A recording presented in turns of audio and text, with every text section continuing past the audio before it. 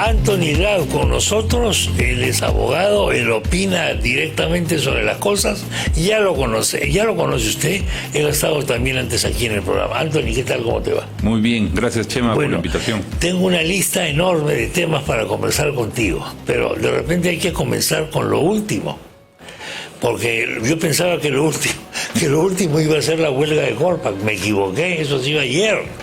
En 24 horas en este país, oye, cambia toda la historia. Entonces, lo último que tenemos es, sale Monseñor Barreto de una conversación con el presidente y dice que se va a producir cambios favorables sin nuevo gabinete, que va a haber un nuevo gabinete, puso mucho énfasis, y que no va a tener vínculos ni con Perú Libre ni con el entorno personal de Castillo. Y salió. Hoy día, temprano, sale primero Modesto Montoya diciendo que él ni nadie en su gabinete, del que forma parte, conoce de ningún cambio. Así es. En Consejo de Ministros no hemos hablado sobre un eventual cambio. Así tuitea el doctor Modesto Montoya. Y acto seguido, el doctor Cerrón dice, no se puede poner un gabinete. Mira, si el presidente está pensando en un nuevo gabinete sin conocimiento del Consejo de Ministros, su bancada y su partido, atención, solamente en complicidad con la Iglesia, está en un gran error político. Plop. Como decía Condorito. Plop. ¿Qué es esto, viejo? ¿Cómo es esto? No, mira, francamente un poco lo veníamos conversando antes, ¿no? El hecho de que la Iglesia tenga que generar un vínculo comunicante con el gobierno, sí, es increíble. Ya es increíble, ya es preocupante, ¿no? Recordemos que la Iglesia es probablemente la institución que más descentralizada está en el Perú, pues está en todos los rincones del país, ¿de acuerdo? Uh-huh. Y obedecen a una estructura vertical, es decir, el cardenal, el obispo, mandan un comunicado y esto se reparte a nivel nacional, ¿no? Entonces, creería yo, de repente, que la Iglesia lo que está buscando es convertirse en ese vaso comunicante que hoy día le falla al gobierno, ¿ok? La gente va a misa, el peruano, somos católicos al 90%, ¿no? Entonces, creo que de repente por ahí va un poco las ganas del cardenal de convertirse en una suerte de vaso comunicante. Pero, perdón un segundo, pues la Iglesia no discute con el Estado peruano, o sea, con el presidente de la República, la política del país. Y lo segundo que me parece más grave es la acusación que hace Cerrón. Es decir, lo que está haciendo Cerrón es decirle a la curia, a los católicos, a la Iglesia, eres cómplice de algo que no deberías. Es decir, me estás quitando el sitio que me corresponde a mí. Es lo que está diciendo, efectivamente. ¿No? Yo soy el llamado a ver si es que evaluamos si hay consejo de ministros nuevos, ministros nuevos o no. Tú no. Entonces, lo que está haciendo Cerrón es enfrentarse directamente a la Iglesia, enfrentarse directamente al pueblo católico. Creo que es un error. ¿Qué consecuencias puede traer esto? Porque si se lanza, yo he estado escuchando, hay una serie de datos que están circulando por ahí, serán chimentos, no serán chimentos. A mí me pasan datos, pero como siempre ocurre, no te puedo dar la fuente, me dicen, no te puedo dar la fuente. Tú preguntas, ¿quién te ha dicho? ¿O esto es tu idea? ¿O alguien te ha contado? Alguien me ha contado, oh, wow, dices tú ya, pero no te puedo dar la fuente. Bueno, está circulando una versión de que Castillo estaría tratando de tomar puentes con la antípoda de su gobierno, o sea, con personas vinculadas a el mundo de la gran empresa, al mundo, en fin, que está tratando de buscar un salvavidas. ¿Por qué? Porque él está en este momento, yo defino que desde el 5 de abril está en modo pánico el presidente. La cara que tuvo sí. En este conversatorio con la señora... No quiso quedarse. No quiso quedarse. Él esgrimió una excusa de no, tengo que ir a redactar el decreto supremo. Él no tenía que redactar. El presidente no redacta nada. No redacta nada. ¿Ok? Al presidente le llevan ya todo armado y él lee, revisa y pone su firma o no pone su firma. No. Pero las ganas de irse corriendo era porque evidentemente la gente ya estaba muy cerca del Congreso. Yo te comentaba que yo estuve en esa marcha. Estuve en esa marcha. Detectamos con la gente con la que habíamos ido a estos motorizados que soltaron las bombas lacrimógenas. Okay. La primera bomba lacrimógena que se suelta, Chema, fue a escasamente 2 metros donde estábamos parados nosotros. Y eran 2 motorizados, ¿no? Infiltrados. Al tercer motorizado lo encaramos. Eran 2, era un chico venezolano y un chico peruano. Y cuando le preguntamos qué tienes en la mochila, el chico nos respondió, mis documentos. Le digo, para eso existe la billetera, flaco, no tienes que tener una mochila. ¿Qué tienes ahí? Y en ese momento el venezolano y el peruano motorizados huyen de donde estaban. Le pasamos la voz a la policía y la policía callada. Es decir, parece que estaban no solamente el presidente, sino todos estaban asustados con la magnitud de la marcha. Es interesante lo que cuentas, Anthony. ¿Esa moto dónde estaba? ¿Cómo es que se encuentra en el medio de la marcha? Ah, estaba en la marcha. Yo estaba en la avenida Bancay. Estaba a escasamente 1,5 cuadras de donde estaba el piquete de policías, sí, para impedir el paso hacia el Congreso, que impedían el paso hacia el Congreso. Y en ese punto, que era básicamente una intersección, estaban los 2 motorizados que soltaron las primeras bombas lacrimógenas que hizo que la gente se desperdigara y comenzaron a caldear los ánimos ahí. Ojo, hasta ese momento la marcha era absolutamente pacífica. Básicamente era gente que estaba cansada, gente que estaba soltando arengas, evidentemente, como tiene que ser, pero no había violencia. Y en ese momento en que sueltan las lacrimógenas, la policía avanza. Ese piquete de policías que impedía el paso avanza y hace que la gente retroceda. Yo estaba con mi hermana, estaba con mi cuñada, entonces yo les dije, a la primera nos pegamos a la pared, no corremos, sino nos pegamos a una pared y trato de sacarlas porque evidentemente quería protegerlas en caso sucediese algo raro. Bajamos 2 cuadras en la misma avenida Bancay y el mismo modus operandi. Encontramos a 2 motociclistas en la intersección de la calle. Diferentes a estos. Ah, o sea que han sido varios. No. Los que se han metido a la marcha. Bajamos, lo vi y mi hermana me dice, son de los mismos que han soltado las bombas antes. Entendido. Que nos sacaron a 2 metros. No te estoy mintiendo, fueron 2 metros de nosotros. Le digo, vámonos 1 cuadra más abajo. Nuevamente 2 motorizados. Cuando le digo, vámonos a la Plaza San Martín, de regreso les digo, vámonos a la Plaza San Martín, en una de las calles encuentro 2 buses de la policía que estaban estacionados en perpendicular a la calle. Yo le digo a la policía, yo me acerco del guardia y le digo, señor, ¿qué está usted haciendo? Usted está bloqueando la salida. Si hay nuevas bombas lacrimógenas, como las que acaban de soltar, la gente va a salir en estampida y se va a encontrar con una calle bloqueada. ¿Usted sabe la cantidad de muertos que puede haber? Y fue frente a la insistencia mía y de gente ya de alrededor que la policía suelta los buses. O sea, a mí me da mucho que pensar porque creo que estaba todo más o menos orquestado como para generar ese pánico. Y cuando llego a la Plaza San Martín, nuevamente 2 motociclistas. El mismo modus operandi. Te estoy hablando golpe de 5:30 de la tarde. Mucho antes de que arranquen los desmanes. A ese punto es cuando encaramos a los motociclistas en la Plaza San Martín y huyen. Ya frente a eso yo le dije a mis hermanos, a mi cuñado, le digo, vámonos de acá, porque claramente esto está sembrado, claramente aquí hay una intención subalterna, no sé de quién, no puedo yo acusar a nadie porque no tengo la prueba, pero nos fuimos. Pero eso demuestra que lo que tú dices es absolutamente cierto. O sea, el señor Castillo está en modo pánico. Yo lo veo así. Otros no piensan así, lógicamente, pero por la actitud, por el lenguaje corporal, la cosa de la... Bueno, yo, por ejemplo, esto de las yo motos, recién escucho esta versión. Yo estaba en la marcha. Sí, por eso te digo. Me parece tan alarmante. ¿Sí? Y yo me fui y yo opté esta por irme. Infiltración y con bomba lacrimógena.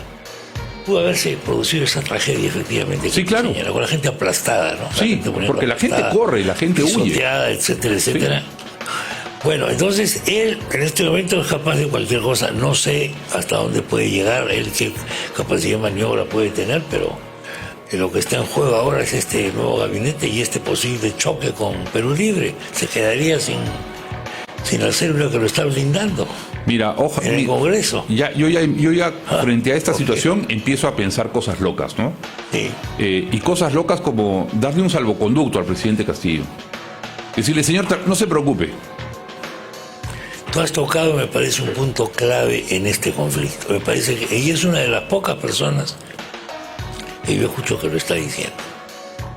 Sí, hay que darle una salida, porque claramente el señor está acorralado, está desbordado, no tiene la menor idea qué hace sentado en Palacio de Gobierno, no tiene una sola medida, no ha dado una sola medida que haya sido correcta. Ninguna, no tiene una. Entonces, claro, ve que sus sobrinos están comprometidos, ve que su ex secretario general está comprometido, ve que gente allegada a él está comprometida y que los están cercando. Entonces el señor, estoy de acuerdo contigo, tiene que estar en pánico. Bueno, habría que darle un salvoconducto y decirle, señor, renuncie, lo que hizo, no queremos saber, pero por el bien del país, váyase. Hágale un favor a todo el país y váyase. No veo mucha más salida porque se aferra a un cargo sabiendo que ese cargo le da protección. Ese es el problema, ese es el tema. El cargo se ha convertido en un escudo de protección. Sí, hoy por hoy es eso. Entonces la pregunta que nos tenemos que hacer es que o salvamos a Castillo o salvamos la figura presidencial. Para nosotros es más importante, para el Perú es más importante salvar la figura presidencial que salvarlo a Castillo. Porque si es que no ocurre, lo que vamos a hacer es erosionar a la máxima autoridad que tenemos en el país. Y no solamente va a ser Castillo, sino los que vengan. Porque ya la hemos erosionado. La erosionamos con Pedro Pablo Kuczynski, la erosionamos con Martín Vizcarra, la erosionamos con Merino el Breve, la erosionamos también con Sagasti. Y ya el nivel de corrosión, porque esto ya no es erosión. La corrosión terminal. Corrosión a la que está llevando Castillo, lo que va a hacer es que nos va a llevar a ser un país absolutamente inviable, sin instituciones, sin respeto a los ciudadanos. El que nos hayan encerrado el 5 de abril, Chema, francamente ha sido, yo no voy a decir indignante, ha sido abusivo, ha sido ilegítimo. Ha sido un recorte de las libertades grosero. Lo que están haciendo con el DNI, con las licencias de conducir y con los pasaportes es vulnerar nuestros derechos básicos. Mínimos, constitucionales. Básicos. Mínimos. Entonces, yo honestamente no le encuentro mucha más salida. Ya veníamos también un poco conversando del Congreso. El Congreso literalmente es un desastre. No lo tenemos que decir.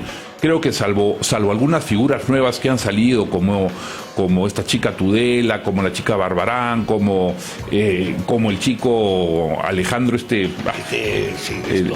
¿cómo se llama? Cabero. ¿No? Cabero. Creo que hay 5 o 6 figuras jóvenes nuevas que creo que le dan un aire fresco a la política, con ideas, con inteligencia, ¿no? Con buena intención. Adriana Tudela también, claro, lo dije, ¿no? La chica Barbarán, que me parece fantástica. Rosángela, creo que es fantástica. O sea, tenemos una camada de jóvenes políticos que creo que pueden dar la talla, ¿no? Pero hay luego una debacle, pues Acción Popular, francamente, la Acción Popular es para llorar, ¿no? Realmente es para llorar. Yo sigo sin entender. Bueno, yo nunca he sido muy fan de Acción Popular, ¿no? Creo que siempre ha sido una mazamorra, pero lo que vemos hoy día con Acción Popular es de locos, ¿no? Es de locos. Bueno, pues esa es la coyuntura que tenemos. Vamos a ver qué pasa con estos tweets que acabamos de mencionar. Y luego, por supuesto, tenía para tratar contigo toda una agenda que vamos a tener un poco de tiempo, felizmente, de cosas puntuales, visto ya esta cosa general. Que yo creo que lo que tú has dicho de salvoconducto es una cosa audaz, pero hay que pensar en eso. Es que no, es necesaria. No le encuentro solución. El tipo está muerto de miedo. Me hacían recordar, vino acá el exministro Alfredo Ferrero, correcto, y cuando hablábamos de esto, cómo se facilita una salida de este caballero, Él dijo, en el caso de Nixon, a él le prometieron que el presidente que venía lo iba a indultar. Y por eso firmó su renuncia. Claro. Bueno, eso fue uno de los motivos exactos también, pero así fue, efectivamente. Es que, y por eso renunció. Yo creo que aquí tenemos que ser un poco más inteligentes y ponernos en la posición que no estamos... no es que le estemos perdonando la vida a alguien, sino que estamos salvando la figura presidencial, la poca institucionalidad que el Perú tiene. ¿No? Quédate, por favor, Anthony, unos minutos más, si eres tan amable. Vamos a ir a una pausa, pero antes quiero recordarle...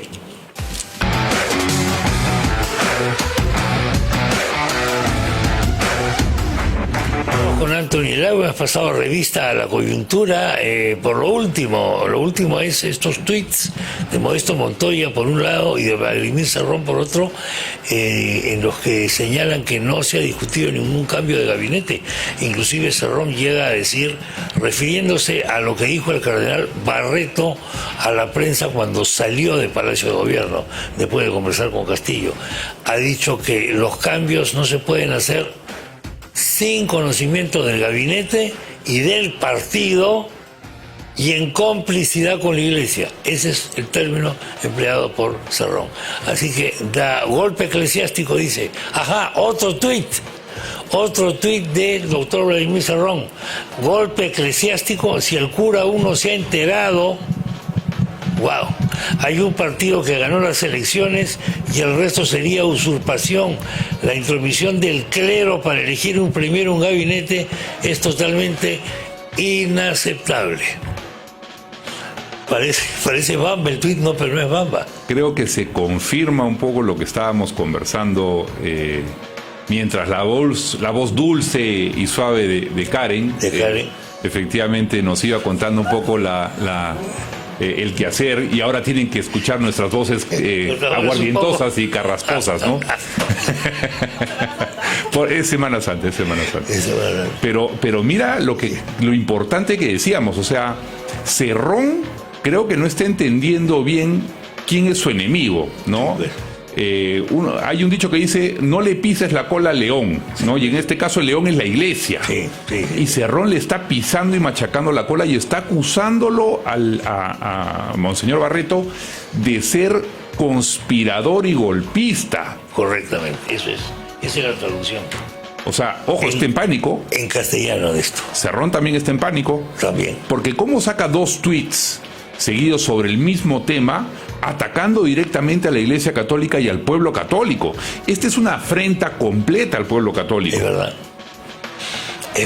O sea que la cosa adentro, la interna, debe estar muy candente. Yo creo que sí, porque además para que salga 2 veces, eso quiere decir que efectivamente Castillo sí estaría evaluando un cambio de gabinete. Sí, un nuevo creo que sí, de que dicho sea de paso, yo sigo sin entender qué hace ahí el señor Aníbal Torres. Bueno. Ese señor, literalmente, después de la salvajada que soltó respecto de los comentarios sobre la figura del asesino máximo, del genocida máximo Hitler, ese señor tuvo que haber tenido cara y renunciar. Y peor aún, Chema, hay 2 o 3 ministros que creo que conocen mejor que Aníbal Torres y que el resto de los ministros que honestamente son pues bastante poco cultos, que debieron de haber levantado su voz de protesta. Entre ellos, el canciller Landa.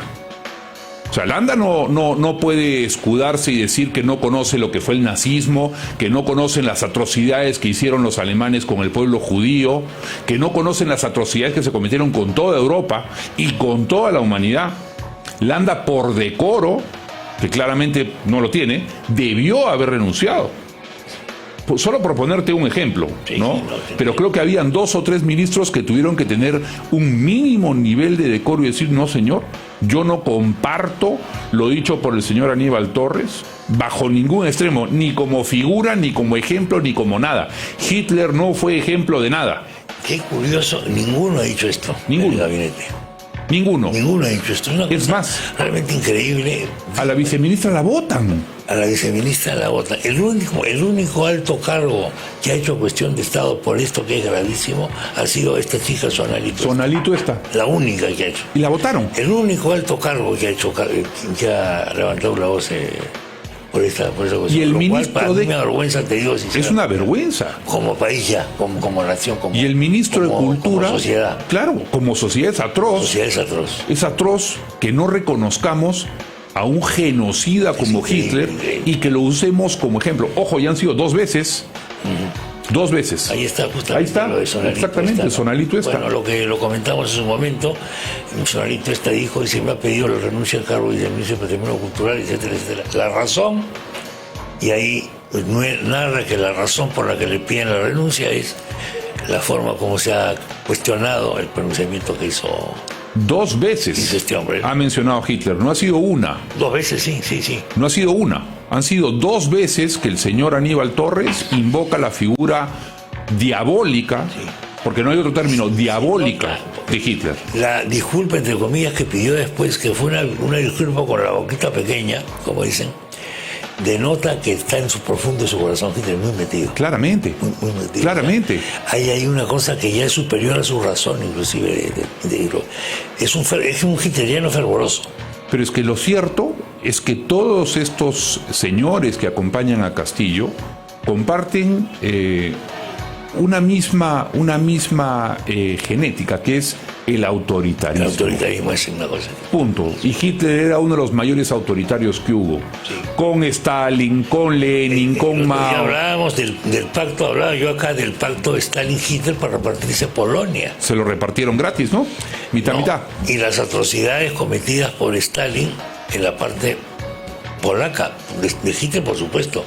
La de Stalin se conoce menos, y ponía una escena de esta película que se llama Katyn. En Katyn, Stalin mandó matar a un montón de oficiales del ejército polaco porque quería descabezar a lo que se llamaba en esa época la inteligencia, que llamaban en esa época la inteligencia. Entonces mataron militares y civiles. Mira qué gracioso lo que mencionas, porque es lo mismo que ha ocurrido con nuestras Fuerzas Armadas con Castillo, que ni bien ingresó, los descabezó. Y lo hemos visto cuando el general Vizcarra, en retiro hoy día, confirma las presiones que recibió del presidente Castillo para los ascensos ilegítimos dentro de las Fuerzas Armadas. Mira, el testimonio de Vizcarra sería suficiente para una vacancia, ¿no? Creo yo. Porque además Vizcarra, francamente, ha sido muy sobrio en lo que ha declarado. Una gran sacrificio. Muy en su sitio, ¿no? Muy en su sitio, muy cauto, muy sobrio, pero ha dejado clarísimo que las presiones han venido no solo del entorno, sino del propio presidente. Sí, claro. Eso lo ha dicho. Y nuevamente, lo que pasa es que ocurre tanta cosa que uno se va olvidando de esos WhatsApp, ¿no? Todos los días. Es que todos los días, lo que tú decías, ayer nos acostamos con una noticia, hoy día nos levantamos con otra. En realidad no nos están dando descanso. Sí. El estrés emocional al que están sometiendo al país, honestamente, creo que les va a costar muy caro. Hay un momento en que la ciudadanía va a tener que reaccionar, y esa reacción, me temo, va a ser muy dura, ¿no? Fíjate los ingredientes que además, adicionalmente, aparte de esta inseguridad que tenemos, incertidumbre, se ha producido en los últimos días sin descanso. 1, el paro de Corpac. Increíble. A base de una autorización del Ministerio de Trabajo para los días de Semana Santa. O sea, el gobierno sabía perfectamente lo que iba a ocurrir. Sabía perfectamente, y al ministro de Transporte no le quedó más remedio que soplarle la pluma a Betsy. Que es, honestamente, Betsy es lo más subversivo que hay en este gobierno, ¿no? Totalmente. Luego tenemos, este es el frente de Corpac. Luego, vinculado a los viajes, los pasaportes. Eso irrita a la gente enormemente. Terriblemente. ¿Sabes por qué? Porque hay gente que no son turistas. No, que no son turistas, son emigrantes peruanos. Son los peruanos que hacen una chanchita en una ciudad de Europa o de Estados Unidos para llevar a la mamá. Sí. La persona que tiene temas de salud. O gente que vive fuera y que viene a ver a la familia. Viene a ver a la familia después de tiempo, que ha ahorrado para su pasaje. En fin, una serie de cosas, ¿no? Es una afrenta brutal. A nivel popular, no se piensa que estos son 4 patas que viajan, no, pero además, sí. ¿No? Además, a mí me sorprende mucho el poder que tiene esta ministra Betsy, la plagera, ¿no? Porque le descubrieron que su tesis era un plagio, ¿no? eso ya... Y no pasa nada. Absolutamente nada. No pasó nada, pero esta señora está destrozando, pero destrozando el sector formal en el Perú, so pretexto de que con eso le va a dar mayores derechos a los trabajadores, lo cual es falso. Hoy día justamente estaba leyendo un artículo que hablaba sobre la Revolución China, y ya estoy hablando no de la Revolución antigua, sino de la moderna, cuando deciden convertirse en un país más libre, y lo que hicieron fue darle movilidad laboral a China, flexibilidad laboral. Y uno cree, y esto es contraintuitivo, que si uno le da flexibilidad al mercado laboral, va a haber desprotección. En realidad no hay desprotección, hay mayor protección. Y hay más empleo. Hay más empleo. Hay más empleo. Porque permite que la gente rote libremente. Ha puesto el ejemplo de China y hay otros que eso permiten más empleo. Si queremos ser comunistas, yo preferiría copiar el modelo chino ahorita. Yo no tengo ningún problema con eso. Copiemos pues el modelo chino. No les gusta el liberalismo americano, no les gusta el liberalismo europeo. No hay ningún problema. Neoliberalismo. Neoliberalismo llaman ellos, ¿no? Bueno, pero no se entiende, no se entiende. Y tenemos el tema, bueno, que tiene que ver con Corpa, con los pasaportes. El tema de Cuajones, muy doloroso. El otro día sacamos acá a los trabajadores de Cuajones, que no tienen agua. Y ayer comenzaron a marchar. La población no tiene agua. Y hace 45, 50 días que no tienen agua. Estamos hablando de 5.000 personas. Sí, claro. Ojo, que se ven directamente afectadas, porque una comunidad que de pronto, después de más de 43 años de operación de la mina, ojo, pongamos el tiempo, después de más de 43 años de operación de Cuajones, resulta ahora que reclama unos supuestos derechos, ¿no? Sospechoso. Y segundo, atacan directamente a la población trabajadora. No estás atacando al millonario, el millonario ya tiene su plata, ya está. Estás atacando al trabajador. A ese es al que le estás negando el derecho a tener agua. Ya ayer el sindicato de trabajadores de Cuajone anunció y le dio un plazo al gobierno de 24 horas. Y ya ellos arrancaron su marcha y dijeron, si es que la policía no pone orden, nosotros vamos a ir a retomar el agua. Y ya empezaron a hacerlo. Bueno, ahí tenemos otro conflicto explosivo completamente, socialmente, amén de la parte de la pérdida económica que significa la paralización, ¿no? De este recurso que Dios, que sí parece peruano, a veces ha levantado el precio en el mercado internacional. Nunca los precios del mercado no les interesa. No les importa. ¿Les interesa eso? Nunca hemos tenido precios tan altos como los que tenemos hoy día en metales. Eso es. Bueno. Y tú decías, Dios es peruano. Yo creo que Dios es peruano. Porque la cantidad de mineral que ha puesto Dios en el Perú es brutal. Creo que no lo tienen 2 o 3 países en todo el mundo. Diversificado, ¿no? Diversificado. Claro. Tenemos oro, plata, cobre.